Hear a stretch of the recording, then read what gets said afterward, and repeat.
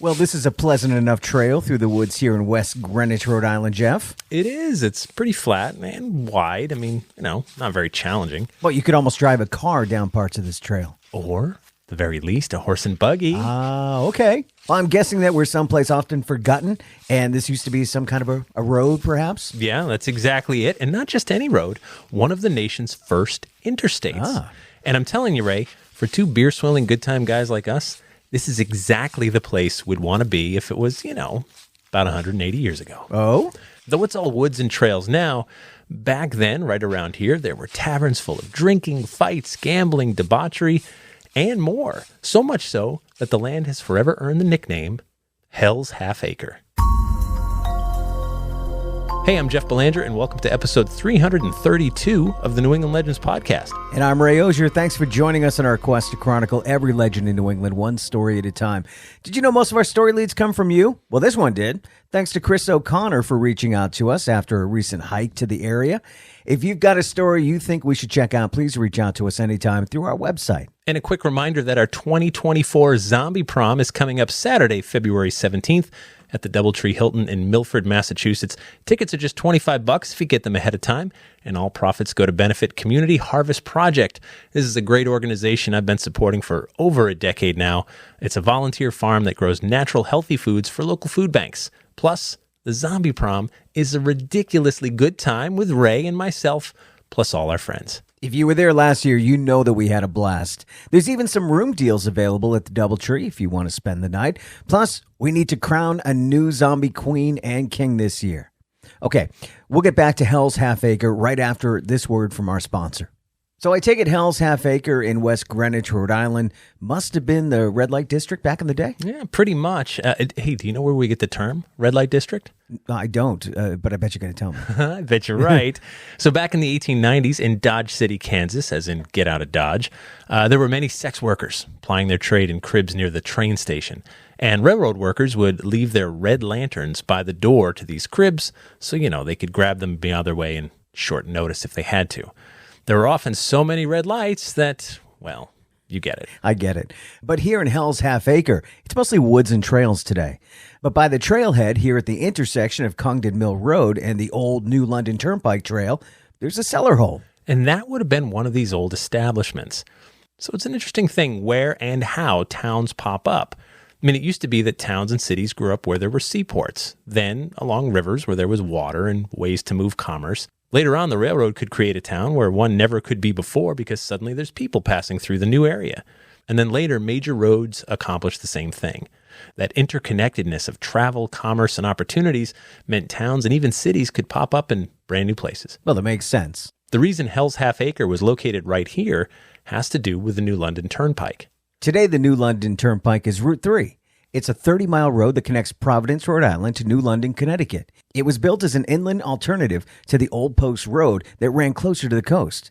It also cut about 12 miles off the trip if you're heading further west to, say, New York City. Before motorized cars, 12 miles meant hours of less travel.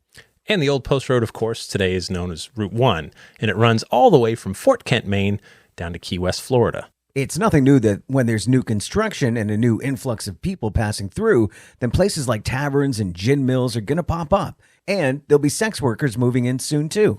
And that's how it's worked for centuries. Today, this section of the New London Turnpike was obviously abandoned and rerouted to the more modern Route 3. But there was a time when this place was raucous. So let's head back to 1831 and party.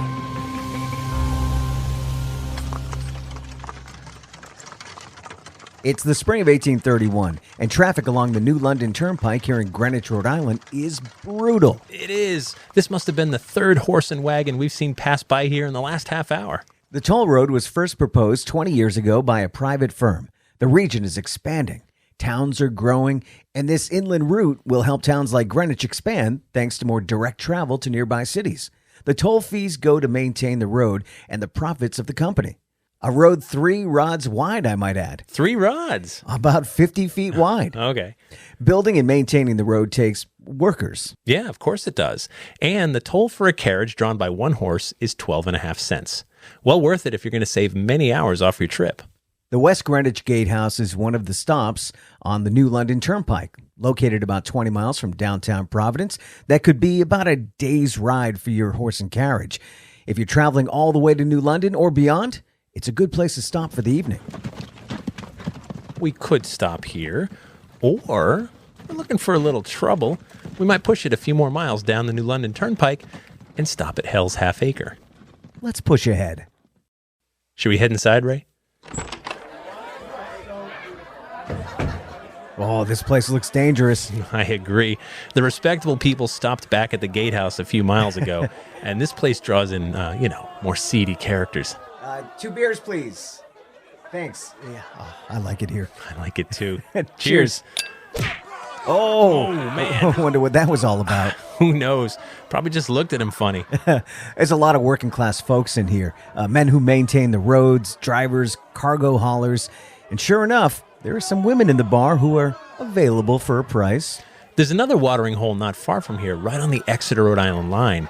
It's called the Ovenbird Tavern. Oh, I've heard of that place. Yeah? The tavern girls have been known to dance on the turnpike to draw in stagecoaches. Yeah, that's the place.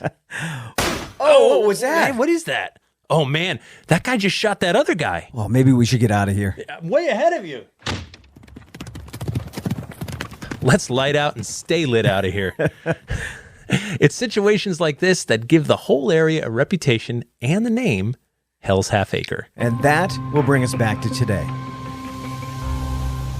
Gambling, fights, murder, and the world's oldest profession all going down right here. And you wouldn't know it if you saw it today. No, you wouldn't. So over the decades, the new London Turnpike toll road became less useful. Steamboats rose to prominence as far as transportation goes. Then the railroad got bigger and more interconnected. Later, when automobiles became more commonplace, public roads made this toll road much less profitable, and it soon fell into pretty bad disrepair.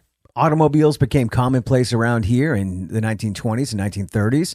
More and more roads were built, and the buildings and the businesses that serviced these old toll roads for horses and wagons became, obsolete. They shut down and eventually rotted into the ground. Today, the only sign that shows anything was here is this old cellar hole by the trailhead. Today, the trail's popular for hikers and trail runners, but there's really not much else here. Hell's Halfacre is now all woods and trails, but the name stuck. Now the whole region is part of the Big River Management Area, and it's accessible to the public, but if you come here during certain times of the year, you need to wear fluorescent orange because it's hunting season, and you don't want to become the next spirit resident of this ghost town.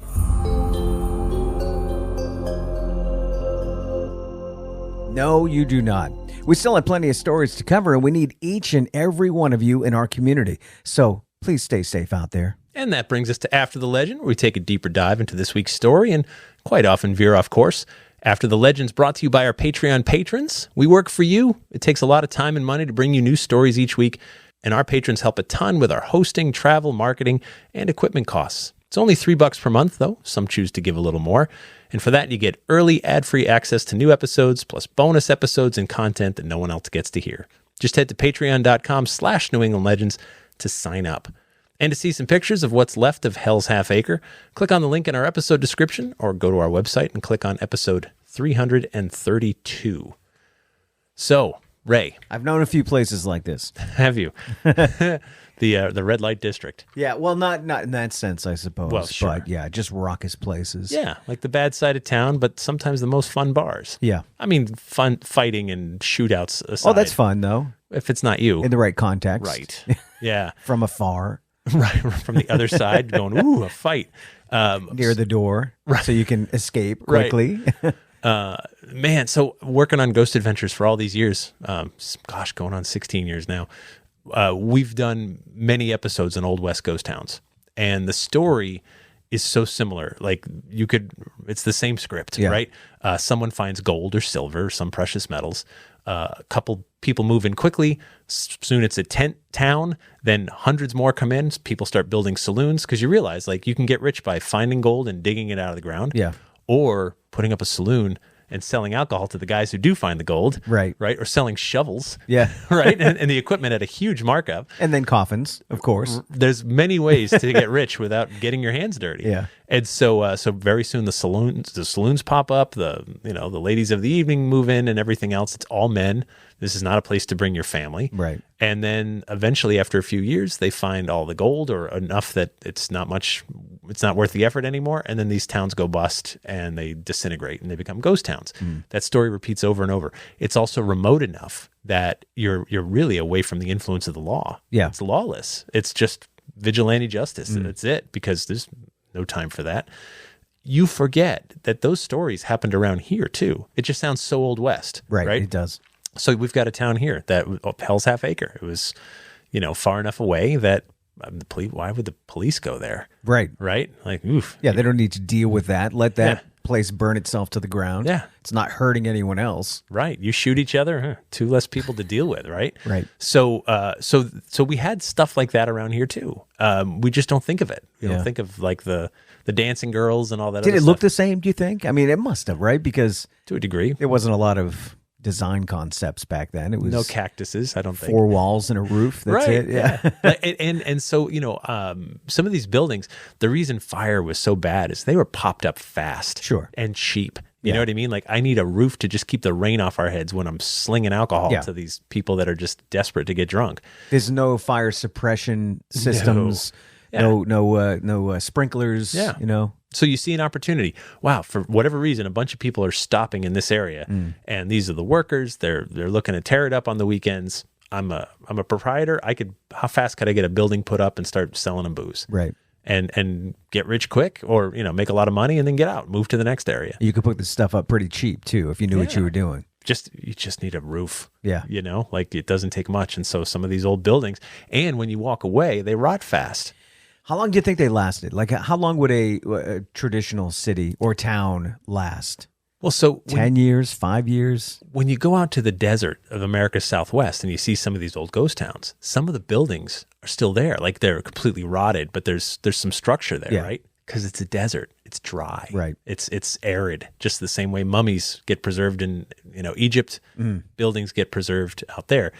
Here in New England, we got moisture and rot. So how long were they populated, though? Oh, in the Old West? Yeah. Oh, sometimes 3 years, 4 years. Yeah, that doesn't 5 seem years. like a lot. That's why I asked. Yeah, nothing. And others hung in there. Tombstone, Arizona, right? I mean, it somehow made it. Virginia City, Nevada is another one. Like, that is such a throwback, man. I've been there a few times. Yeah. If you've watched Ghost Adventures, we filmed there like 5 or 6 times over the years. But you go there and, like, dude, you're walking on the wood slat sidewalk, and like it's the very authentic the mountains. Oh my gosh, yeah. Is somebody keeping it up, or is it just there that you can go visit? There's no. Oh no, there's restaurants and hotels and businesses. Yeah, Yeah. you can go in. Mark Twain once worked at the newspaper in town, and it's a really cool throwback. Like, you were literally in a time warp. Yeah. I mean, except now there's cars driving by and Wi-Fi and all that other Sure, stuff. yeah. But the look is absolutely right out of like 1880. Yeah. And so this, Because some of these are become tourist attractions, not so much a workable town. oh, that's Some are just. Virginia City, Tombstone are both. that one of- okay. They survive on tourism now. Gotcha. There's no industry anymore. Although, when I was in Virginia City, I had breakfast in literally a trailer. It was like a trailer park trailer, but it was turned into a diner, which was just a couple of things.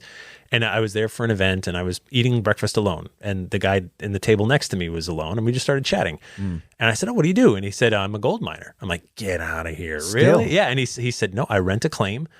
And I live here, and I can tell you right now, his expenses are low, right? Like, rent's not very high out there. Right. So he's like, a wooden nickel for a room. right.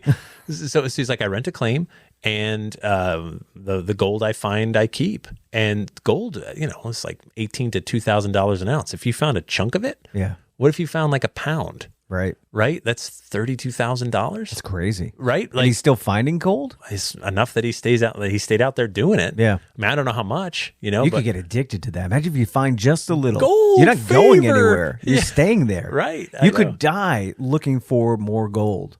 Because why would you stop if you found a pound, say? So I was thinking about this too. That was the time, like the 49ers, right? Or the 1840s. Go west, young man. You're a 20-year-old dude, right?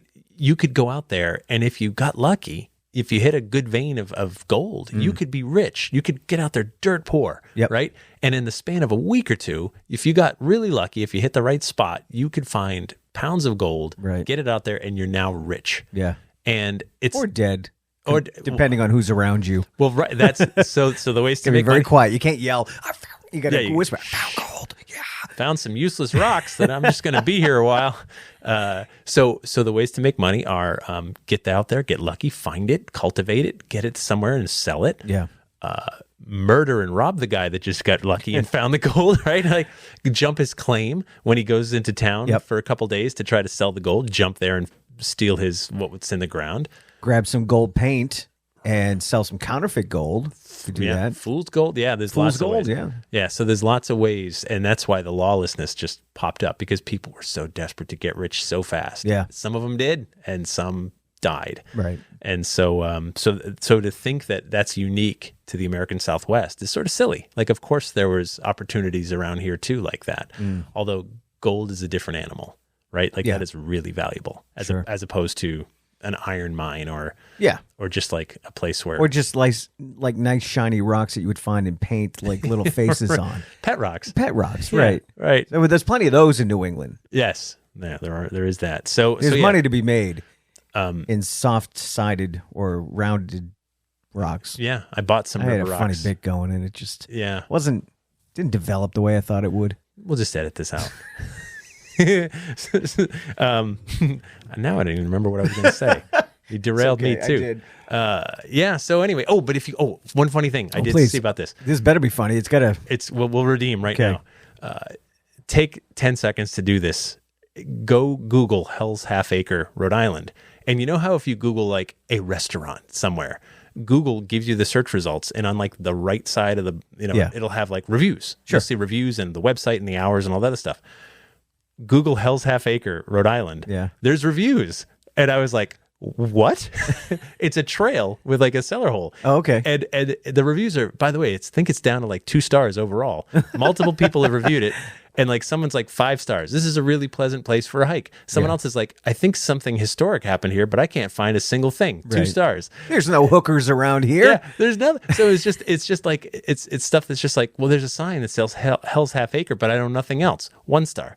So people were just ripping this place that's literally an intersection. It's free. You can just park your car and walk right in the woods. Again, can't stress enough that it's a hunting area. So, be aware of when it's hunting season and how you dress. Right. But it is, it's literally just park by the side of the road and walk in and see a cellar hole. Yeah, people will complain about anything. You know what's better than the actual location and better than those reviews? What? This podcast. Because at least you get a little context. If you haven't hit the subscribe button or like button yet, please do. Our podcast is free to subscribe wherever you get your podcasts, and we don't want you to miss a thing. And please post a review for us and tell your friends on social media or the next time you're hanging out. That's how we grow. You should also check out our super secret New England Legends Facebook group. Thank you so much to our sponsors. Thanks to our Patreon patrons. And our theme music is by John Judd. Until next time, remember, the bazaar is closer than you think.